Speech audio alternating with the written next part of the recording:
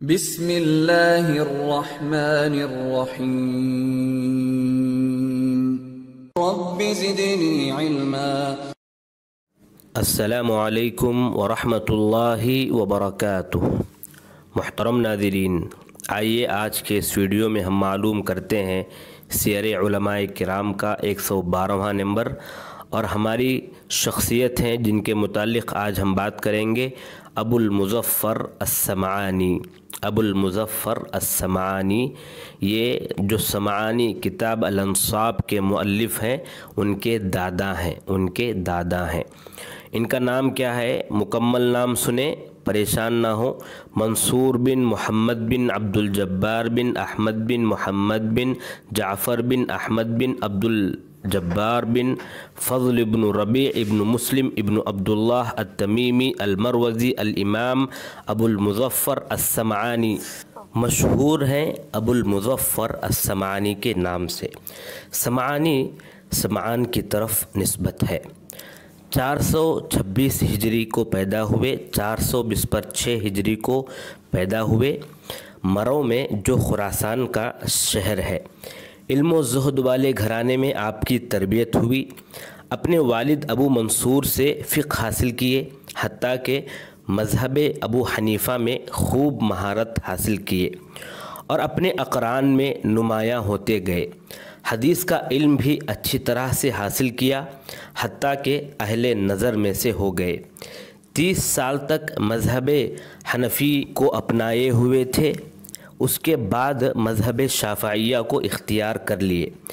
ایک قصہ یہ بھی مشہور ہے کہ وہ جوانی میں حج کرنے گئے تھے، وہاں سے نیساپور کی طرف گئے، وہاں مناظرے کی مجلس میں گئے اور کچھ مسائل کے متعلق جم کر بحث کیے۔ اس مجلس میں امام الحرمین بھی تھے، وہ ان سے بہت خوش ہوئے، اور اس مجلس میں امام الحرمین جو موجود تھے انہوں نے ان کی خوب تعریف کی۔ ان کا ترجمہ لکھنے والے مترجمین ان کو کئی اوصاف سے متصف کرتے ہیں۔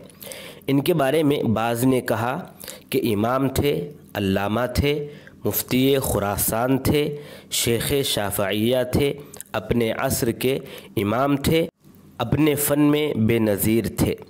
آئیے علماء سے پوچھتے ہیں کہ آخر ابو المظفر سمعانی کے متعلق ان کا کیا خیال ہے۔ سب سے پہلے امام الحرمین کہنا چاہتے ہیں، اگر فقہ کپڑا ہوتا تو امام ابو المظفر سمعانی اس کا نمونہ ہوتے۔ اب آئیے امام الحرمین کے بیٹے ابو القاسم کو موقع دیتے ہیں، وہ بھی کچھ فرمانا چاہتے ہیں۔ وہ فرماتے ہیں کہ ابو المظفر سمعانی اپنے زمانے کے شافعی تھے۔ ابو علی بن صفار بھی کچھ کہنا چاہتے ہیں۔ وہ فرماتے ہیں کہ جب میں ابو المظفر سے مناظرہ کرتا تھا تو ایسا محسوس کرتا تھا کہ میں کسی تابعی امام سے مناظرہ کر رہا ہوں۔ ابو المظفر سمعانی کے پوتے سمعانی جو انصاب کے مؤلف ہیں، وہ فرماتے ہیں کہ اپنے عصر کے امام تھے، اپنے وقت میں بے نظیر تھے۔ جو ان کے تصانیف پڑھا ہوگا ان کا علمی مقام کیا ہے معلوم کر لیا ہوگا۔ عبد الغافر الفارسی کا خیال ہے کہ ابو المظفر اپنے وقت میں زہد و ورع، فضل و طریقے کے لحاظ سے یکتا تھے۔ اب آئیے معلوم کرتے ہیں ان کے مذہب کے متعلق۔ آپ حنفی تھے اور حنفی مذہب کے مطابق تربیت پائے تھے، اور حنفی مذہب میں مہارت بھی حاصل کیے تھے، مناظرے بھی کیے تھے۔ اس طرح 30 برس تک حنفی رہے، پھر بعد میں مذہب شافعی کو اختیار کر لیے۔ 60 ہجری میں ان کے شافعی مذہب کو اختیار کرنے کی بات لوگوں میں عام ہوتی گئی تو اہل مرو میں اضطراب پھیل گیا اور عوام تشویش میں پڑ گئے، حتیٰ کہ امیر کی جانب سے رسائل یا کتابیں جاری کی گئیں جو آپ کے متعلق تھیں، اور آپ پر سختی کرنے کے متعلق کچھ باتیں بتائی گئی تھیں۔ وہاں شافعیوں نے آپ کا بھرپور انداز میں آپ کا استقبال کیا، اور آپ کچھ اصحاب کے ساتھ مل کر مرو سے نکل گئے اور طوس جا پہنچے۔ طوس سے نیساپور کی طرف گئے۔ وہاں شافعیوں نے آپ کا بھرپور انداز میں استقبال کیا۔ نظام الملک کے ایام تھے، ان کی خوب پذیرائی ہوئی اور ان کے لیے مدرسہ شافعیہ میں ایک تذکیری مجلس منعقد کی گئی۔ پھر دوبارہ مرو آئے اور مدرسہ شافعیہ میں پڑھانے لگے۔ وہ خود فرماتے ہیں کہ میں پہلے حنفی تھا اور پھر حج کرنے کے لیے گیا۔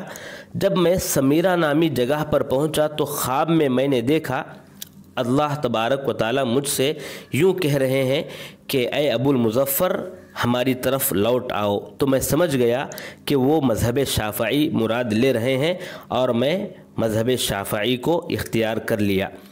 ایک واقعہ یہ بھی مشہور ہے کہ وہ ایک مرتبہ بغداد سے حجاز جا رہے تھے۔ کچھ لوگوں نے ان کو اور ان کے ساتھیوں کو لوٹا اور انہیں قیدی بنا لیا۔ وہ اپنے ساتھ میں کام کروانے کے لیے ان تمام لوگوں کو رکھ لیے تھے۔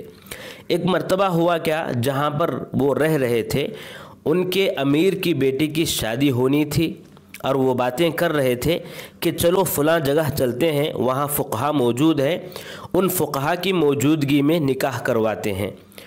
تو ان میں سے یعنی ابو المظفر سمعانی کے جو اصحاب تھے ان میں سے ایک آدمی نے کہا کہ آپ لوگ جو ہے کسی اور جگہ فقہا کے پاس جانے کی بات کر رہے ہیں، حالانکہ یہ جو تمہارے سامنے ہیں یہ فقیہ خراسان ہے۔ تو انہوں نے ابو المظفر سمعانی سے کچھ سوالات کیے۔ جب ان کو اطمینان ہو گیا کہ ہاں واقعی یہ جو فقیہ ہے تو فوراً ان سے معافی مانگے، شرمندہ ہوئے اور ان سے نکاح پڑھوایا۔ اس کے بعد کچھ تحفے بھی دینے کے لیے تیار ہوئے، لیکن آپ نے قبول نہیں کیے، آپ کو حجاز پہنچا دیا گیا۔ اب آئیے معلوم کرتے ہیں آپ کا عقیدہ کیا ہے۔ ابو المظفر سمعانی امام تھے، سنی تھے، سلفی تھے اور متعصب تھے اہل حدیث کے لیے، مبتدعہ سے دور تھے اور ان پر سخت تھے۔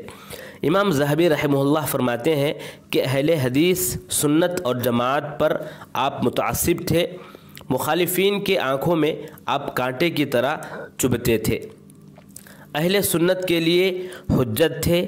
ان کے پوتے سمعانی جو انساب کتاب والے ہیں وہ فرماتے ہیں کہ ابو اسد بن قشیری ان کے متعلق فرماتے ہیں کہ ایک مرتبہ ان سے پوچھا گیا اللہ تبارک و تعالیٰ کی صفات کے متعلق، تو انہوں نے کہا تم بوڑھیوں کا عقیدہ لازم پکڑو، یعنی تعویل نہیں، کچھ نہیں، جو اللہ تبارک و تعالیٰ کی صفات ہیں ان کو جیسے ہیں ویسے مانو، تعویل مت کیا کرو۔ یہ آپ کا عقیدہ تھا۔